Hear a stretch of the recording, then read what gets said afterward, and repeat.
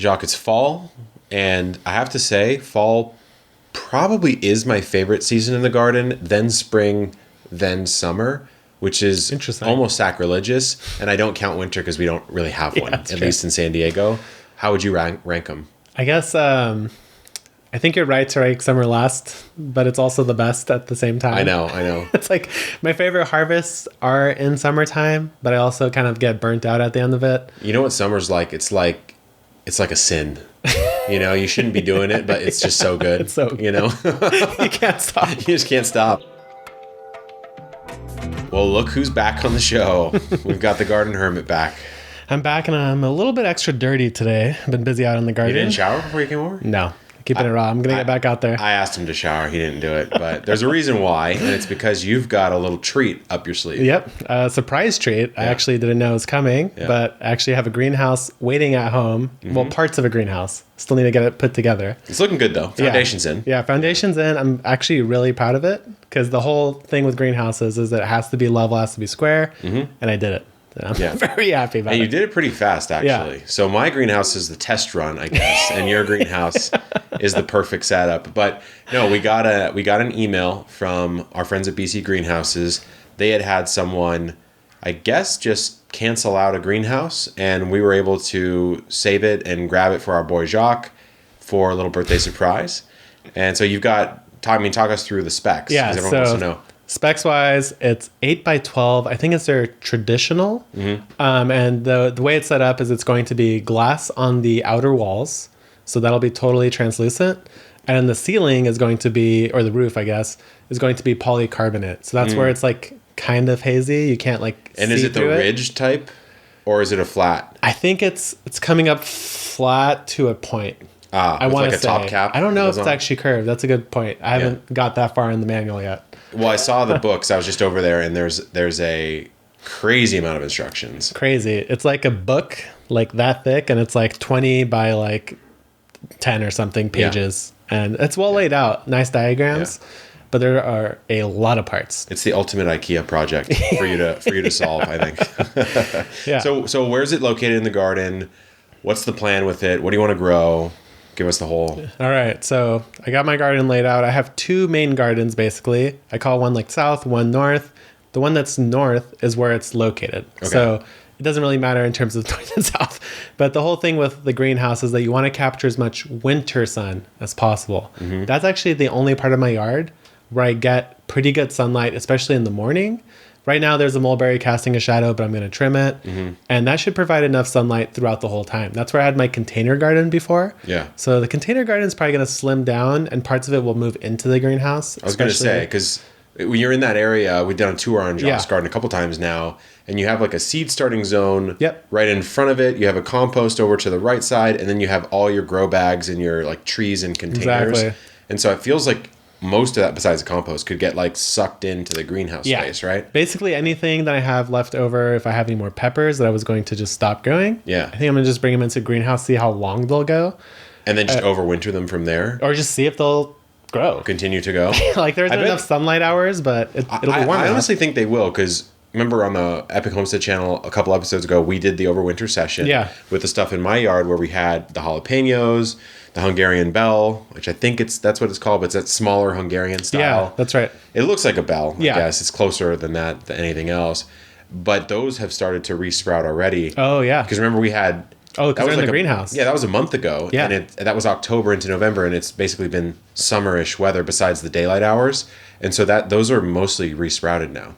So I'm going to have to clip them down. Yeah. Because I don't want them growing yet, because I did hard cut them down. That's right. Yeah, I guess the one big difference between our greenhouses is that yours is full glass. Yes. And it's also taller. At least on one side, it's like significantly taller. Yeah. Whereas I think the sidewalls on mine are like 5.5. And then the middle is maybe close to 8 feet. So I will still try to put some trees in. I have like a dwarf banana I'm going to try to keep in there. I have a mango that was a gift. Right. Well, but tell the surprise. How did we burn it for you? This whole greenhouse was truly a surprise. Yeah. Like I actually had no idea whatsoever. And I'm surprised because we almost spoiled it once. Yeah. And he just like didn't put it together. I was just like, no. They had a video list idea, like a list of video ideas, and one of them said, "Give my friend a greenhouse." And I was like, what does give my friend a greenhouse? Yeah, and I looked at Ian, our producer, and I was like, bro. And then he looks at me, he's like, bro. And then Ian goes, oh yeah, like that was just some idea we had. Yeah. And Jacques like, ho hum. You know, I didn't think about it at all. And then he's like, come over, we're gonna shoot something. I was like, all right. He's like, let me know before you get there. I was like, that's weird. Okay, whatever. Yeah, because he usually barges in. Yeah, literally. I was like, maybe he's in the outdoor shower. So I came over, and he's like, oh, come out back. We're going to shoot over here. So I'm like walking through, and then there's just like a tree sitting in the middle of the walkway. Mm-hmm. I see a camera, and I'm like, that's weird. No, the first thing you said is, oh, you've got the shotgun mics. Like he's analyzing the gear, you know? Because I wasn't mic'd because it was a surprise. Yeah. So they had the shotgun mic to capture the audio. And then I see this tree, and he's like, well, look at it. Yeah. And there was a card in there, and it said something like, choose one of the following. Yeah. And it said like mango, greenhouse, or both. And I looked at you, I was like, well, I already got the mango, so I guess I'm going to circle mango. Yeah. You're like, but you could circle other things. I was like, well, what would you choose in a perfect world? I didn't get it at all. Yeah. And turns out it's a greenhouse. Yeah. So that was a huge surprise for me. Yeah. And also that meant that I had to figure out where to put it and build the foundation in like these last couple days. He immediately rushed home and started like cutting concrete out of his yard. And all sorts of stuff. But I think what's going to be cool is what I want to grow in my greenhouse is probably different than what you want to grow. Yeah. I mean, I think we both want to start seeds. Seed starting for sure. Yeah. That's what you got. One. You got a little jealous of yeah. when I started starting seeds in mine. But besides that, and I guess the mango, like what are you trying to get into now? I think what I'm going to try to do is I am going to try more tropical stuff. Yeah. If they're smaller. But I also want to experiment with pushing the season. Even in San Diego, it's like, what are you pushing? Mm-hmm. But I want to try to get... Maybe I'll start my tomatoes in there early, and I don't have to plant them out. I'll grow them in grow bags. I'll try putting in early peppers because San Diego is so weird in the springtime. It could actually be too cold, and it delays your whole harvest. That happened to a lot of people this year. Mm-hmm. And so it's such a rainy spring. Exactly. Yeah. So I'm thinking, and also it'll be protected from the rain in there. So, I'm mostly thinking about it as how do I extend my true summer season? Mm-hmm. How can I get more tomatoes and peppers all year round? Yeah, I guess you could it probably changes how you do the garden though, because then in spring you'll put some of your stuff in the ground and you won't ever put any in the ground. Exactly. You'll just grow in containers. Yeah. So you can move those ones in, right? Yeah. And they'll give me the versatility. Maybe once they're too tall, I could just take them out from the grow bag and put them outside because they'll be warm. You could just plant them in the ground. Yeah. Yeah, it's interesting. I mean, my space is like pretty full right now. Yeah. And today I think we're going to talk about your actual garden redesign, which I'm actually very excited for because you've thought a lot about it. You've been very hyped. Yeah, very hyped. This time I've actually planned it out. Well, no, I just did an episode on Epic Homesteading about how I'm basically redesigning the whole backyard garden. Obviously the fixed structures, the shed, the coop, the greenhouse, the pond, those aren't really moving. But I think the big mistake I made, and I wouldn't even say it's like some critical error because I couldn't have known where some of that stuff was going to be. I never knew a greenhouse was coming. I never knew a pond was coming. Yeah, those were all kind of not planned. It was all new stuff, but I've been studying true classic landscape or garden design lately just sort of for fun. And I just realized I've never really clearly defined pathways in my garden actively. And then like when you think about like a river tributary, you got like the main river, then the offshoot sort of streams, and then it goes into little trickles and stuff. Kind of the same. Like I have my hardscape backyard, right? That's like the river. That's the river, like the pavers. Then I'm going to do like a flagstone, a properly laid, graded flagstone path to the shed, to the chicken coop, to the compost. Because that's going to be nice. I'm treading that all the time, right? So like it's never going to be anything but a path. So I know I can safely put a path there. And then as you trickle into the actual garden, that becomes a mulch path or a dirt path or like little pebbles or something defined. Something defined but easy to move if I want to redesign the garden. So that's the first thing I'm doing. That's going to be cool. And I know that the other thing is that this year with the backyard, you kind of ended up with a big bed and then a couple bigger beds, or not bigger, but also 2 long beds behind it. Yeah. And I know that you've been wanting to do this kind of nice braked up layout there, like maybe some curves and chop it up. I think I just want, I've gone back and forth because part of me likes a row farm look, but there's also, that would be interesting. It's kind of cool. Like you could, because market farming, right, is where I learned a lot of my gardening practices. So I'm like, I could just do the standard 30-inch row and like market farm the backyard. But then I go, is that dynamic enough? Is it fun enough? Like, is there enough height, trellis, structure? That's right. But then you look at a garden like Charles Dowding's, his backyard, he's basically running a market farm style, and it looks really good. And I already have the raised beds up in the front, right? That's I already have some containers. So I'm like, maybe I go that path. But regardless, we was just talking with Sarah Bendrick, who's our mutual friend. Yeah. She does a lot of landscape design work. She's helped out a lot around here. Yeah, she did actually quite a few of the projects around the homestead. And we were thinking, what if we did like a really sort of cottagey, informal, not structural really, garden fence around that area? So you do almost like a ranch house fence where you have like posts and then like 2 small pieces of wood that go across. Like not just to delineate the space, you know what I mean? Okay. And then come in through an arch, maybe move the loofah arch over and see what we could do from there. And it's like, that could look cool. That could work, Yeah, I so like that. those are the biggest changes I think I'm thinking of. As far as the house itself, like the guys are here all the time, you're here all the time, we're making content and we're gardening and sort of ideating on ideas for all you guys who are either listening or watching. And by the way, you can watch the podcast now if you go to youtube.com/@thebeetpodcast, the @ sign, not the AT. And you'll see Jacques and I's beautiful faces. But yeah, so underneath the awning, which a few people, if you follow the Epic Homesteading channel, you've seen it. I'm going to redo the floors and actually like screen it in because we had a terrible time with mosquitoes this year. Oh my God, it's so bad this year. Dude, it's still bad. It's a little bit better, but it's definitely still bad. Yeah. So that's kind of what's up for me. There's obviously some other stuff, proper planting and gardening wise, that I want to do, but I'm curious, like, what are you doing? Like, besides the greenhouse? Yeah. The greenhouse is going to be a big one, but part of the things that we've talked about a lot in the past is restructuring parts of the garden to also maybe have a little bit more structure. Yeah. I do like the fast and loose layout that I've had. Yeah. And part of it was also not in the same vein as like having the shed put in the pond, but I just kind of built it sequentially. So I wasn't really thinking about a master plan. I just kept adding areas as I had time. That's how it becomes unique, though. You know what I mean? Because your space, you have like 2 gardens. You have a DIY coop that kind of ties into the garden. Yep. Now there'll be a greenhouse like kind of right next to one of them.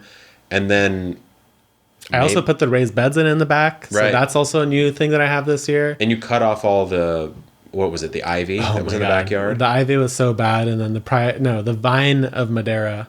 Literally the worst plant I've ever dealt with. He's messaged us a few times in our little producers chat of just like a wheelbarrow full of, it looks like little sweet potatoes. Yeah. Which is, I guess, the energetic source of how it keeps propagating itself. Yeah. I think it's technically edible, but I'm not going to eat it. It's not worth the respect. What if it's delicious? Though? I don't even want to know. What if it's like the steamiest, sweetest little potato tasting thing you've ever had? I don't need it. I hate it too much to even try it. Yeah. I filled an entire green bin with that stuff. So I'm done on that. Entire green bin. Beyond that, I mean, it's really just, I'm constantly trying to clean up more around my yard. I know that you've been a big proponent of that, but part of this greenhouse build... Soft push. Yeah. Part of this greenhouse build, I actually reset my wood pile, or like my trash pile, I guess. Yeah. I've also been pulling out anything that doesn't work, trying to get rid of stuff, donate anything I'm not using anymore. Mm-hmm. Just trying to declutter, because I feel like everyone probably experiences having to go back and forth, stumbling on things, not knowing where things were left, where to put them. It's a gardener's curse, I feel like. A little bit of organization in our lives will probably pay dividends in the long run. Mm-hmm. So that's definitely part of it. I was quite a bit messier than I am now. And I'm a certain type of messy still. Like in the office here, you can't see because we picked our camera angles, right? But there's stuff on the floor and there's some random stuff here. Like I have binoculars sitting over there. I've never literally used them. But I'm just like, maybe, one day. And you've come a long way though. Because when I first met you like 2-3 years ago, I actually remember I came home and I was like, I think he might be a hoarder. Like I actually thought, and I'm not even trolling. Like I actually thought he might be a hoarder, and I was like, hey, we all have our battles to fight in this life. But you have come a long way. I think it'd be cool to see like a new shed maybe there. I know shed would be great. Thinking about that. Yeah, because I think you could speak to it. Having the shed makes organizing your tools so much easier. It's the first thing I put in. You at least have somewhere to put it. Yeah. Like right now, I have multiple places to put it, which means that I just put it anywhere. It's the very first thing I ever put in at the homestead. That was a smart move. Right next to the side of the house. So I knew that corner was just going to be accessible. I laid the gravel in the wrong dimension. This is 8x10, so I laid the 8x10 90 degrees off. Right. But it still worked. And it was off grade, so it was higher than the rest of the stuff when we laid down the pavers last year. But hey, it is what it is. Yeah. But yeah, lots of changes coming this year. I think next year, so this was my most abundant year, I would say, total produce wise. I think it was. Yeah, I think the fruit trees were bigger. Both had a little bit of overwhelm, and we weren't into our preserving season yet. No. Which maybe is coming. I think it might be coming. I mean, I certainly canned up some zesty salsa this year. Yeah, you know, that was very and we zesty. had it recently. My girlfriend and I had it, and it's zesty. It still has the zest. Because if you guys were listening and you did watch our zesty salsa episode on epic homesteading, we were debating what zesty means. I didn't know. Yeah, I still don't know. And I think it's kind of like if you taste it, you know, type of thing. So agree. zest is zest, right? Yeah. Why make gardening harder than you have to? We certainly like to do it, to be honest with you. Yeah, we really do. Well, I have just changed my mind so much, I guess, in the garden that I have slowed myself down on accident. Like the orchard could have been fully planted out. Remember when I built that whole spreadsheet, the Epic Orchard Tracker? That's right. And then promptly, to be fair to myself, I filled in a lot of it. filled in a lot of it, but I didn't fully decide everything and source everything in that first year, which would have been, I guess, 2 years ago. So it would have been smarter to do that because then my citrus would be all at the same height right now, where it is not. I'd have probably the whole front yard with like a nice winding pathway. Yeah, we've talked about that one a bit. Yeah, so I wish I planned it out more, but it kind of all speaks to these areas of the garden that you want to have just a little bit easier for you. So going with perennials. Yeah, perennials are something that I think we're both starting to understand the appeal of. Yeah. Because it's like, your artichoke patch, that looks great for a lot of the year. Most of the year. Not growing, at least it's covered in mulch, then you had sunflowers in it. Mm-hmm. But then once the sunflowers are gone, the artichokes are back, and you don't have to plant them. Yeah. So I definitely agree with you. The whole idea of making it harder by only growing annuals is, it's a bit of a game. A lot of us do it just because we have space limitations. But adding more perennials will just make the garden easier by having not just those easier harvests like those artichokes, but I think also more long-term beauty. That's something that both of us, I think, have started to appreciate more. Yeah, I don't think I was that good at it before. So now we've got a orange bract bougainvillea. Looks really good. On the chimney outside, which has been trellised up. And so I think, honestly, probably by like mid-spring next year, that thing will be going off. Yeah. Because those grow pretty fast. Yeah. And then I put some trellises on the actual wall near the artichoke patch at the homestead, and I put in mandevilla vine. That's right, yeah. Which hasn't really taken so well. It's not dead, but it's just growing really slow. Yeah. We transplanted it end of summer, and it doesn't get a lot of sun there. So I figured it could handle that, but it probably won't thrive. But once it's established, it'll at least be full. Because you brought up that just adding fullness to the garden is important. Yeah, there's definitely like these times like right now where we transition into that winter garden and it just feels empty. In my case, my backyard's literally empty. Yeah, so having even just like maybe a row or a little pop here and there of some perennials, like I wish we could have more rhubarb, but it doesn't like the heat. I've struggled with rhubarb before. I did plant it once in that artichoke area, and it just kind of just went blah and didn't really do anything. So we'll have to see. But are you getting more into perennial edibles than you are perennial ornamentals, or kind of trying to do both?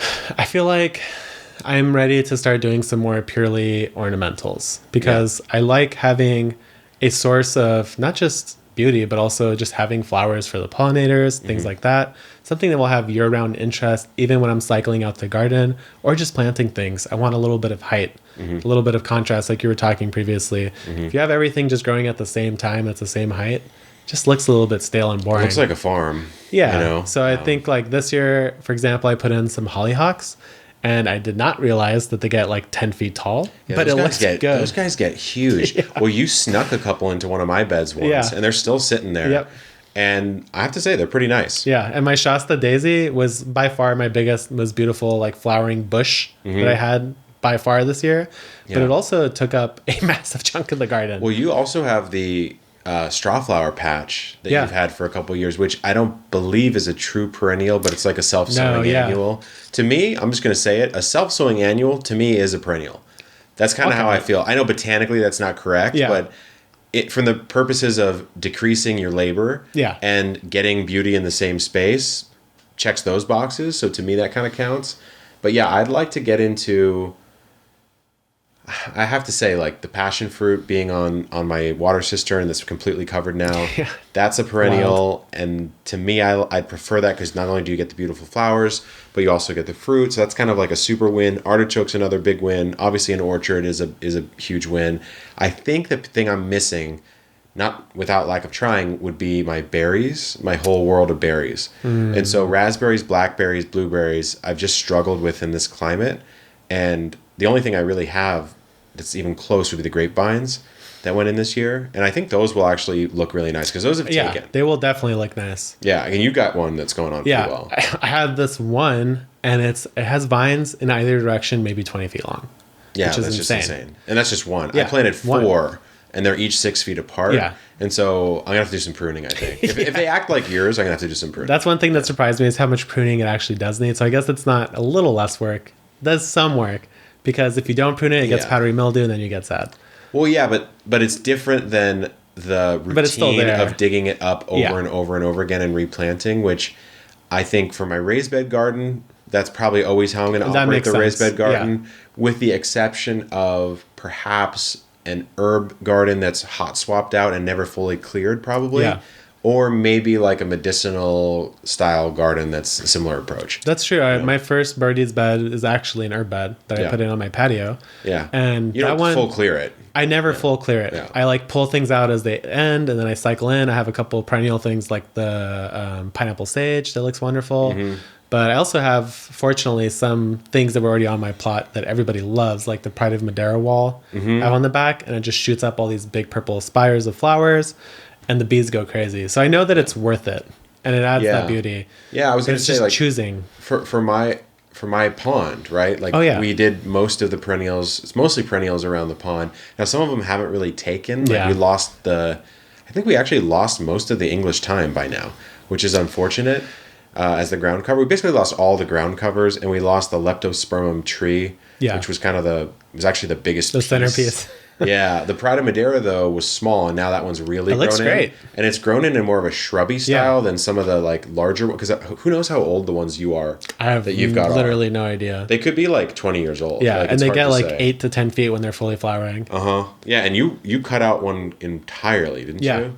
Yeah, I think that was probably the right move. I have so many, and they're kind of like a weed here. So I like it. And then for the pond, it also makes sense because then you don't want to just constantly be maintaining it. Why would you? Working around it. Well, if you think about it, because the aquascapes guy did such a good job on the pond, it looks natural. Yeah. And Greg Whitsock, who's one of the owners of Aquascapes, when he came back, he was like, "You've got a Ferrari with like a Dodge Caravan exterior." So he's like trashing me for not landscape, which is totally fair because I really That's a great analogy. And so I landscaped inside the pond. I guess aquascaped inside the pond, but we did not landscape outside. So we did that project with, I think, Petco, where we launched and landscaped. And I'd say 50-60% took, which is really good. But you're right. Like now I just don't have to worry about certain areas. I'm like, that's always going to be a pride spot. It looks really nice. Yeah, and I think the main thing we messed up there is we just did it at the hottest time of year.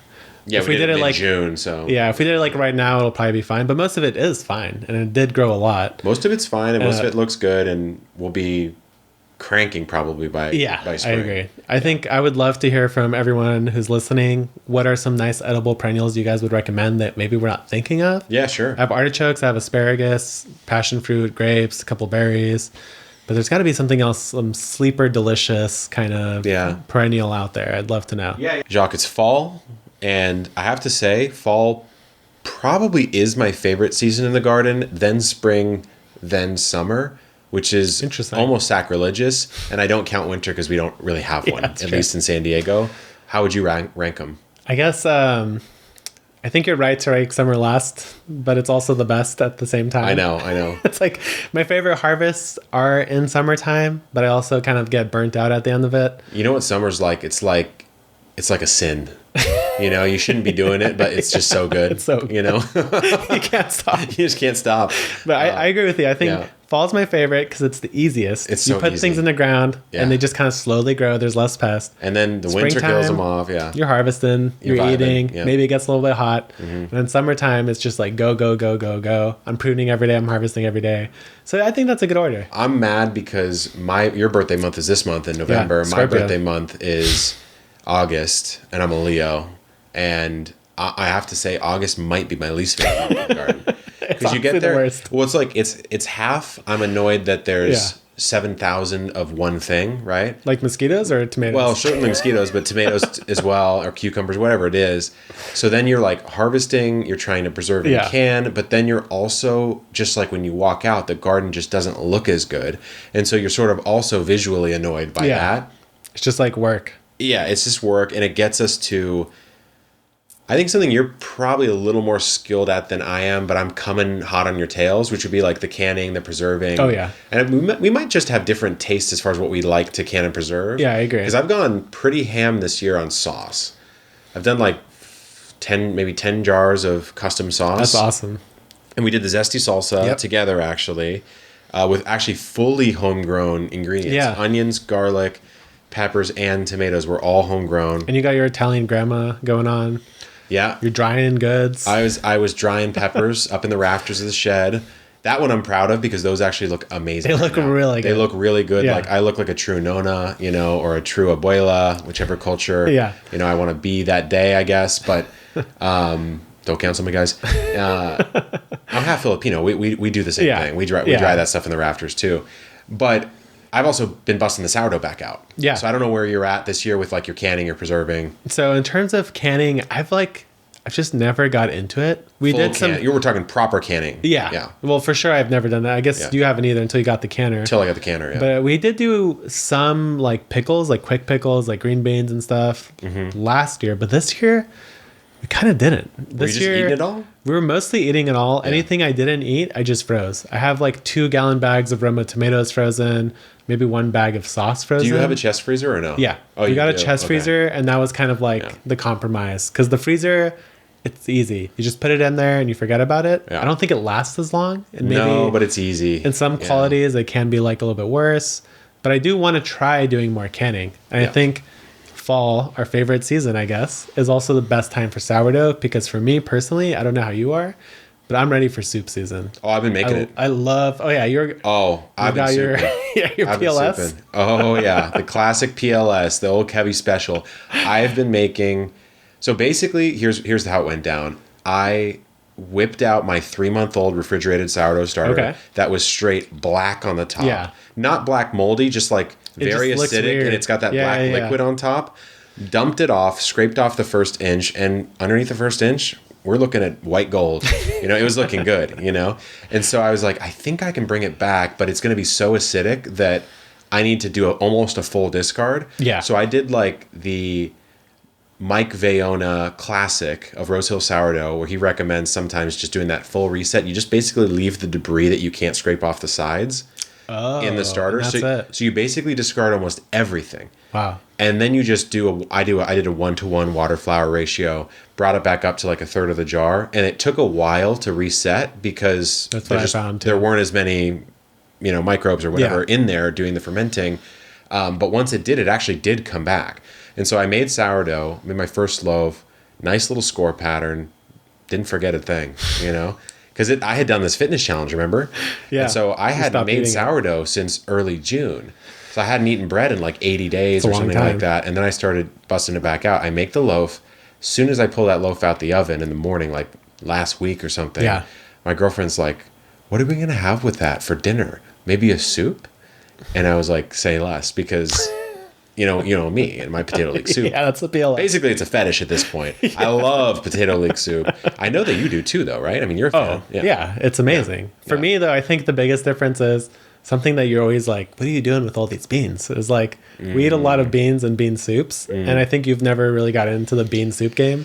No, I don't think so. It's like inside of my culture, I think, basically. The one bean soup I got into was like a modified zuppa Toscana. Style. There's like little noodles in there too, or whatever. I think this one was like sausage, kale, beans, and that sounds good. Broth, and I think there was a little cream in there or something like that. It was, Works for me. If you go to When You're Here, Your Family, if you go to Olive Garden, you can actually get a zuppa Toscana. There you go. And I have to say, it slaps. It's good. I went there earlier this month with my great uncle, who I used to go hang out with all the time, like up in NorCal when I was up at Sierra Nevada. Oh, yeah. We're doing a specialty project, which you guys will probably see next year for Sierra Nevada Brewing Company. And he goes, well, let's go out for dinner. and he took me to Olive Garden. Do you feel like family? I felt, well, I was there with family, you know, but so then the guy comes up, the waiter comes up, and he's like, my great uncle always loves margaritas. Oh, okay. And so he gets a margarita. He's like 90. Yeah. He gets margaritas no matter what. And the guy goes, "Do you want an Italian margarita?" And my uncle, who's like, he's a very gregarious guy. He's very charismatic, but also at the same time, if he doesn't get it, Yeah. he's not about He's it. out. So he looks at him and he's like, "What's that?" And the guy says like, "Oh, it's with a little, I don't know what that basil or something? liqueur is or something like that." And he goes, "Yeah." He's like, "Yeah, Sure. give me that." Because he was like almost offended or something. But then he had it and he liked it. Okay. But the Zuppa Toscana was good, but we're getting a little far afield here. Yeah. What do you do with your beans? Because I'm open to it. I'm not a hater. I just haven't Okay. delved in as deep. Here we go. You know? Simple. Yeah, keep it simple. Bub chorba, the Bulgarian Okay, classic. I'm out. So you got your beans. Bub chorba? Yeah, it's spelled like Bob chorba, Bob chorba? but it's like bub chorba, which means like chorba. bean soup, basically, Okay. or bean broth. Clever. I usually start onion, garlic, saute, throw in a carrot, some leeks, maybe. Oh, you got Then me. you throw your beans in. You fill it up, a little bay leaf. What kind of beans? So I like big beans. Oh, I cannot boy. lie. Like I like them as a big as they old come. lima or something? No, like a gigante or Okay. like a runner bean. But it works with any beans, really. Yeah. And I actually really like bean broth. Like I think the flavor of the beans cooked in the water give a lot of flavor that people don't appreciate. Just that? No spice or Well, anything? no, I will add stuff, Okay, but I okay. think a lot of people like cook their beans and then separate them and put them in their soup. Oh. Or like a canned bean, and you're missing out like so much flavor Oh, I see. from the broth. So of you cooking the beans. you'll cook the beans and that becomes the broth That's the soup. with which everything goes Yep. in. So it all Interesting. gets cooked together. Yeah. And I think that's the secret. Bay leaf from the garden. Why not? And then a ton of winter and summer savory. Those are like the things, the main herb that we right. like to put. Right. And you could throw in some tomatoes if you're feeling cheeky, a little salt and pepper. When I olive have a oil. sip though, like when I That's have great. when I have a spoonful, Yeah. what do I taste? What am I tasting? You're going to get hit with a whole world of bean flavor. Like, it's not going to be thick. There'll be some wateriness to it, but Yeah. it's going to be like a nice vegetable stock with like the earthiness of the beans. Like, I'll bring you some. Yeah, yeah. I'll need to make some. Yeah. I'll bring you some of that. But that's like the main thing that I really like to think of for soup. Yeah. And that's maybe what I'm going to make for dinner tonight. Well, I remember back when I was not doing Epic Gardening full time and I was working at a publishing company, my old boss and his co-founder got into an argument about how soup isn't real. And one of them, not the boss, he was, but he was a co-founder. Yeah. Was like, soup is my favorite food. And then my boss goes, soup not only isn't my favorite food, it's not a food. And I'm over here like, I like a soup. Like, Yeah. at You're like, I'm not that stepping time, in, though. I'd already had like a salmon chowder that I'd made from scratch. Like, Okay. obviously, we used to go to Soup Plantation I've never all the messed with time as a chowder. kid. Because you grew up here in San Diego. Yeah, Did you go to Soup Soup Plantation was Plantation? amazing. It hit so Dude, hard. the salad bar. Oh my God. You know, the thing I never realized about Soup Plantation is that it literally doesn't have any meat at that whole store. If you think about it, the only meat you'll ever get is in the clam chowder. Yeah, or like and the chicken that's it. noodle maybe. But that's it. Maybe. I never really thought about that. There's That's no meat interesting. there. I once I realized that, I have to be honest, I soured on it a little bit. Give me a pepperoni. Well, now on they're out of pizza. business, so thanks. Some jokes on them, I guess. But I guess all we're trying to say here, guys, is first of all, if you haven't subscribed to Epic Homesteading, do so, because that's where we have our cooking antics, and I think we're getting better at the cooking videos, not only at cooking but at presenting those styles of videos. We've had certainly some mishaps. We had the little "Are you proud of us?" Or scones. corn cake scones. So if you want to see us make basically a children's recipe, Yeah, a little Play-Doh. you can go ahead and check that out. Every year in the garden, I feel like I want to learn something new, like a new skill, new growing technique. And this year, I think I'm going to focus very heavily on grafting and fruit trees. I did a little bit of experimenting this year, and it actually went really well. So I'm very excited to try more. Yeah, you had a good time, I think, with a fig graft, Yeah. right? So tell the story, because you had a fig, sort of like a sloppy old fig. Yeah, that's one way to put it. Really producing any figs. When we got into the house, like there was this giant fig tree on the corner of the property. It was like back in the area we never go to. And it looks cool. It's huge. It's maybe 15 feet tall, 20 feet wide. It's like actually quite big. Yeah. I might be exaggerating a little bit, but it's big. And it produces figs, but they're not edible. You will look at them. They'll appear to like turn color and you're all excited. You grab it. It's hard. You open it. It's hollow. It's like dusty, dry. right? Yeah. It looks like moldy and disgusting. So apparently the former owner said that it used to produce fruit that was delicious, and maybe it just got too old, or maybe it used to be pollinated by a wasp that is no longer here. I don't know. But what I do know is that the fig hunter came. He came to visit down here. He brought a bunch of cuttings. He showed us a couple like grafting techniques. And I went home and I just went for it. I got 4 branches on that old fig tree. And I just started adding those new cuttings that he brought. I didn't really think about much of it. I was like, these are my first grafts. I don't even know if they're going to work. But they did. They started growing. I started watching them. They kept growing. They looked green. They looked happy, healthy. They doubled in size. And then at the end of summer, they actually bore fruit. I had 4 figs on each one of the branches. And they were by far the best figs I've ever had at my property. Like they were juicy. Yeah. They had different colors. Each one was unique because they don't take on any of the characteristics of the parent tree that you're grafting onto. So now I'm like, well, that just opened Pandora's box. This boy's grafting. This tree is getting chopped. And then I'm adding like 20 different varieties of figs on it. It's going to be like a cocktail of fig tree. And I'm very excited for that. I like that. Well, I've been studying 2 things I'm trying to focus on. One, pruning fruit trees better. Oh yeah, I know nothing about pruning that. in general, but pruning fruit trees better. I actually did like a rabbit hole deep dive on fig tree pruning specifically. Oh, interesting. And so I have my yellow long neck fig at my place. Yeah, delicious. And it's very good. And I planted it in this sort of weird careening angle because it was basically a stem that had been topped and a side shoot became the new main, which means that it was basically veering off to the side. Right. And when we planted it kind of close to the loquat tree, and we had that shoot kind of come out, buzz the ground, and come out, in front of the other tree. And we're like, okay, that's going to make sense because then it won't collide with the tree, it actually nailed it. That's been the case. It worked exactly as you expected. That actually worked. But what I want to do is figs are very weirdly particular in that they fruit on new growth. Yes. Right? And you can also see the figs that are going to fruit next year right about now. Like now into December, you can actually see the little tiny embryonic figs is what they're called. Embryonic fruit. You can see them. There's these tiny little nubs. So if you prune that off, there goes your figs. And then there's also breba figs, which are the figs that will produce off of last year's wood early in the season if you do a couple things right. So there's some weird stuff and only there. Like some trees do that. I think. Some will do it, right? Only some can produce the brebas. But I don't really care personally about the brebas. But what I do care about is manicuring the tree. It's backyard orchard culture at the Epic Homestead, right? So it's smaller trees that produce reliable, great fruit. And so I've been studying different fruit trees, like pomegranates. How do you prune that appropriately for a bush style? How do you prune it for a tree style? How do you prune it for, this type of production, that type of production, similar to the citrus? So I've always admired when you go to like a nice farm to table restaurant or whatever, a orchard or something, you see these beautifully pruned trees that there's an aesthetic to them and a production. That's the kind of thing I want personally at my house. So I'm focused on that. The other thing that I'm interested in is design and beautification. So tell me about the 3s and 2s, or even you were trying to tell me about something. Oh, that's a simple one. That one's simple. We should all know that one. The rules of 2s and 3s is basically if you're planting out a garden, specifically maybe ornamentals is the better way to do this, like a rose garden or something like that. Okay.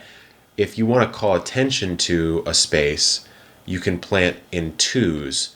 Your eye is going to sort of bisect the distance between those two things. So like on the side of pathways, you could line a pathway with 2 items, right? Like a rose and a rose. Like draws you in. And if you're walking down a path and you have 2 versus, of course, imagine if you had 1 just on the left side, you're like, is this missing something, right? Yeah. And then the rule of 3s, or odds basically, evens and odds, is that if it's odd, your brain doesn't tend to group them as like kind as much, and interesting. It doesn't think of them as a unit that sort of looks too proper.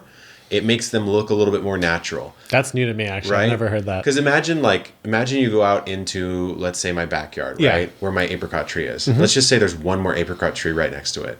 You go, okay, like, is this a 2 they're doing tree something orchard? together. Are you doing, like, these are related, you know what I mean? But then let's say I take I have an orchard in the backyard. It's an apricot, a peach, and a pear, 1, 2, 3, kind of somewhat close to each other, but they're just there. You kind of just say like, oh, it's a collection of fruit trees.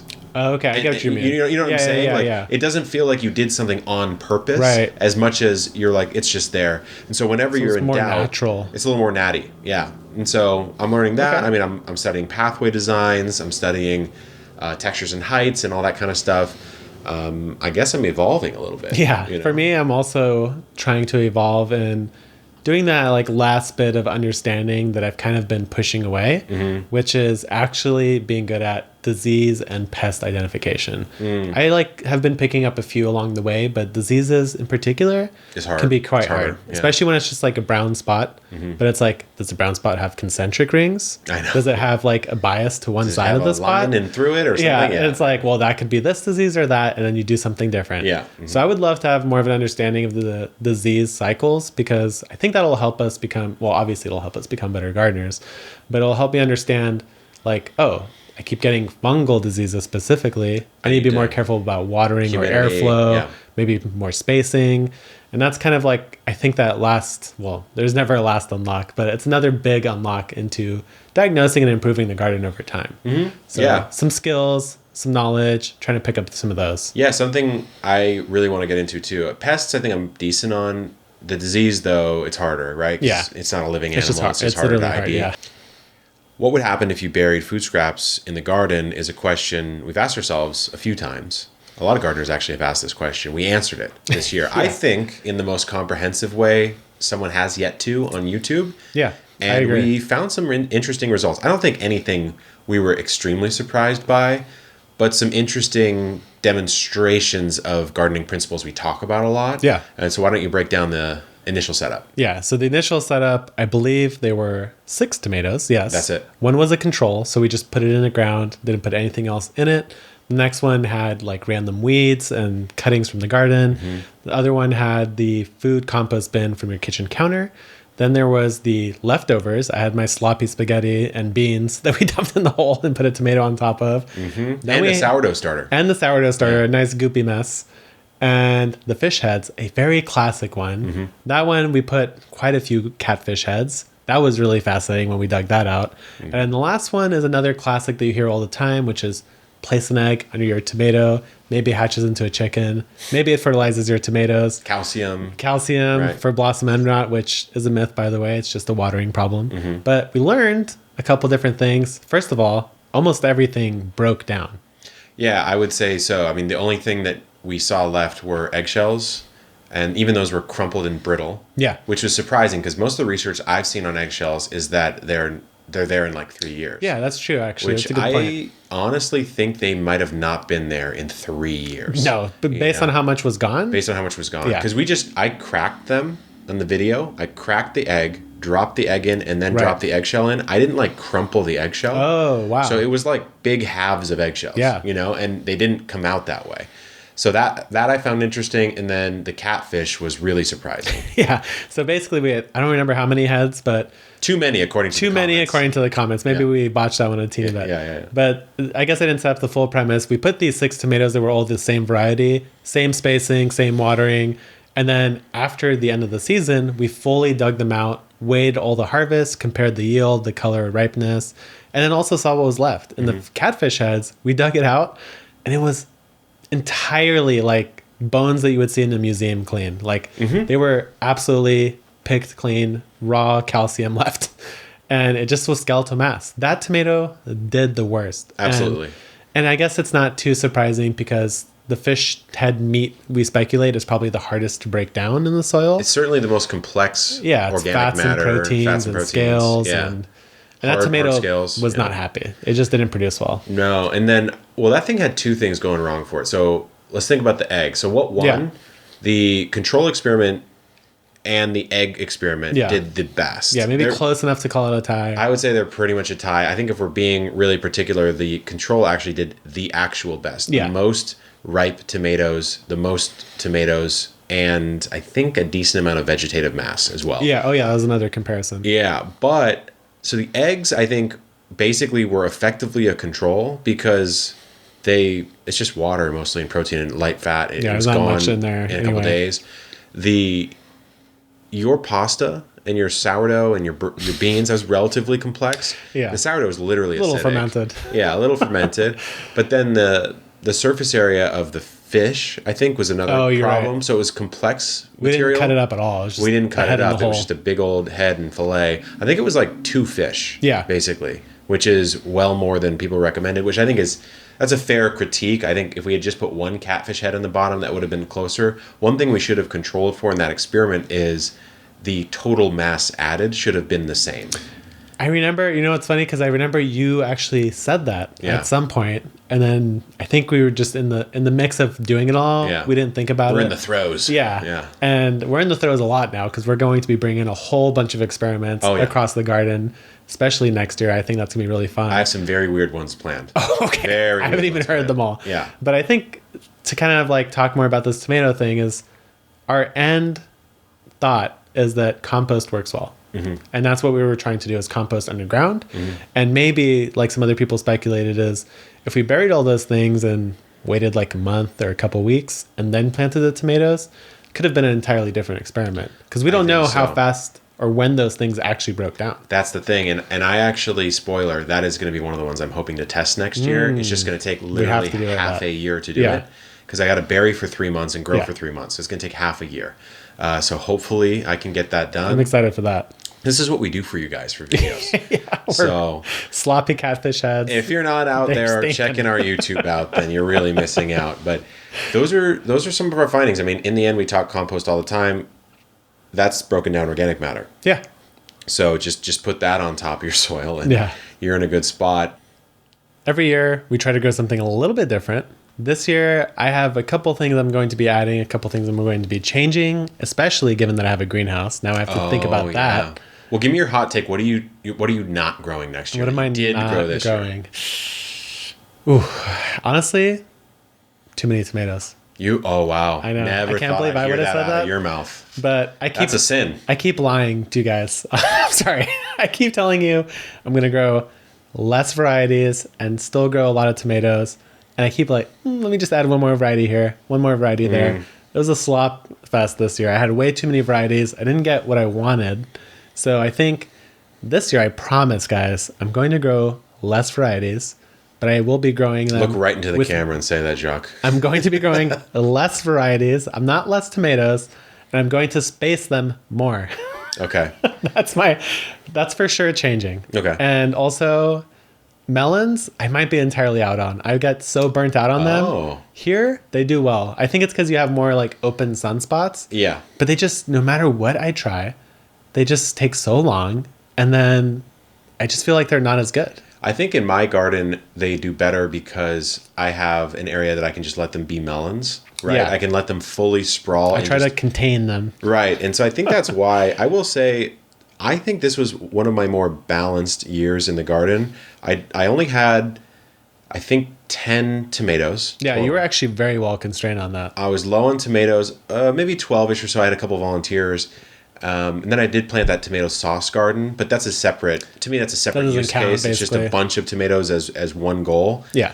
But I also had a moderate amount of peppers. Like I didn't do varieties-wise a crazy amount. I got a lot of peppers. That's true. But I didn't have 60 varieties like I had that one year, a couple years ago.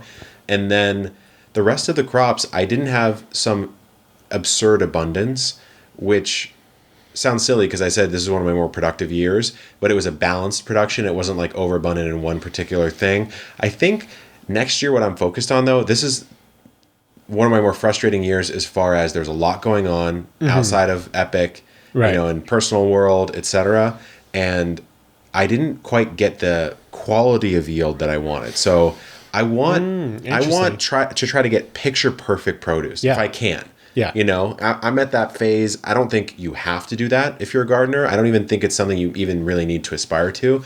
I'm doing it just because I want to. I want to see if I can get beautiful ears of corn with no corn earworm damage at the top, right? I want to get, tomatoes, unblemished, beautiful tomatoes, which, again, you don't have to do that. But I'm trying to get, pretend like I was doing a farmer's market and I was trying to sell my best foot forward. Yeah. I want to see if I could get some of that stuff. And so this year I didn't do as well as I would have hoped. I would say, give myself a little credit, is the cabbages, my leeks, my onions, and my kales and broccolis. I would say they were at that level this year. Yeah. My summer stuff, not so much. So that's kind of what I'm thinking about. And then as far as new stuff, I'm kind of curious what you're going to go. Like, is there a new plant entirely that you're trying to grow this year? Oh, that is interesting. Before I think about that one, mango for sure. Oh, yeah. He's got to go through yeah. When you talked about peppers, it reminded me of something I said to you earlier, which was I keep forgetting just how many peppers you get from a single hot pepper. Like you had one jalapeno that had I got 100. Yeah, no, I definitely more? got triple digits. I definitely got triple digits. So I'm like, why am I planting 3 jalapenos? What am I going to do with 400 jalapenos? Next year, 1 jalapeno, 1 serrano, more sweet peppers. They seem to produce less, especially the bigger ones. At least I found. Well, the bigger the pepper, the less per plant. Yeah. For so sure. I'm like, I just want more of those because we like eating those. We like cooking with them. And this year, while I did have less variety, I still put too many hot peppers, too many doubles of those, which took up more of my overall space. Would you say you'd go ratio wise like 3-to-1 sweet to hot? Yeah. Yeah. I think this year I went half and half, which was too much. It was like we like hot peppers, but we just like the sweet ones more. They're more versatile to us. Well, they're certainly easier to use. Yeah, Because what are you going to do? Hurt yourself every day? No, yeah. Super And hot. you got to be a certain kind of person. Yeah. I would say the way I thought about that was I overwinter every year some sort of pepper. Totally. Some of them make it more than 1 year, some of them do not. But what I decided is kind of the same as you, but maybe a different twist is that I do want a jalapeno every year. Yeah, absolutely. At least one. But one. But I know that I want it, right? Yeah. Thus, I overwinter my jalapeno. So I'm going to bring that back early. Okay. And I still don't, I mean, if I have one plant and I get 100, I'm not mad. That's one fine. plant, you That's know? fine. So I'll bring in a 2-year-old jalapeno in, let's say, May, and I'll let that crank for basically 6 months here in San Diego. And you're going to get a lot. And then I'll just dig it back up next year and just do it again. And then I'll use my seed starting. So some of the new seeds we've got actually coming out this 2024 season. I'm actually excited for those. Botanical Interests, our seed company. I'm going to experiment from seed with the newer stuff. And then if I do like it, it will get overwintered. If I do not like it, it will be killed. Or if I don't like it enough. Yeah. Basically, if you're making it onto my overwinter roster, that means that I know I want you next year. That's your S tier. That's my S tier. Yeah, in the tier list methodology. So I don't know. That's kind of my approach. Yeah. And I want to spend a lot more time next year properly respecting space because I lost all my garlic to rust this year, and I don't think it was only due to space, but definitely partially. The rain was part of it for sure. Definitely was partially rain, but I just want to make sure I'm following the basics and not trying to cheat the system too much, like cramming things together. I don't have to in my space anymore, which is great. So I'm just not going to. Yeah, actually, one other thing that I picked up from you this year was the onions. Is I grew some amount of onion, like more than I've ever grown this past year. And when we ate them, we were like, what the heck? These are delicious. They're so sweet, especially when you roast them up. And that's one of those things, like, you actually convinced me on potatoes before. I used to just be like, go to the grocery store, buy a bag of potatoes, a potato. No difference. Yeah. Then I grew them and I was like, this is amazing just boiled. Yeah. With salt, it's incredible. Right. And I discovered that with onions this year. So I'm growing actually a lot more of those staple crops, like the onions. And I actually want to find somewhere in my yard to throw down a little wheat patch. We did it here before. That was a lot of fun. With wheat. Yeah. Okay. Because I like that. That sourdough vibe, like, I want to complete that journey like you did. How much wheat are you going to plant, do you think? My thought right now is that I know that next year the water prices are going up, so I don't like that. Yeah. So what I'm going to do is I think I'm going to use that weird little front yard patch as my last little grow out there and just fill it with wheat and just forget about it. Because I basically forget about it all the time since it's out of my mind visually. Yeah. And so I might as well just fill it with some grain and try to get a harvest that way. You know, I might go back to some wheat just because... Yeah, we have space here too. We have space, and I'm a little mad at my 2 prior attempts. I think I could do a better job. It kind of goes hand in hand with, like, I want the perfect corn, I want this. So the wheat, my conversion ratio wasn't great. Like, the first time I grew it, I put a ½ pound in, and I literally grew a ½ pound and had to go through the process of processing it, right? And so it was like, that was still all the work. Yeah. I want a 5-to-1, 8-to-1 multiplier output. Totally. Otherwise, literally, why are you growing it? It makes no sense, except for the fun of it, which that's its own. Fun. I had a blast doing it, so I won't trash talk myself too much there. But some of the stuff Jacques and I are thinking about growing, guys. We're gonna have Jacques on. I'd say at least once a season. Yeah. But if you want him on more often, please let us know because it's a good vibe here when we're doing this. Stay tuned. Good luck in the garden and keep on growing.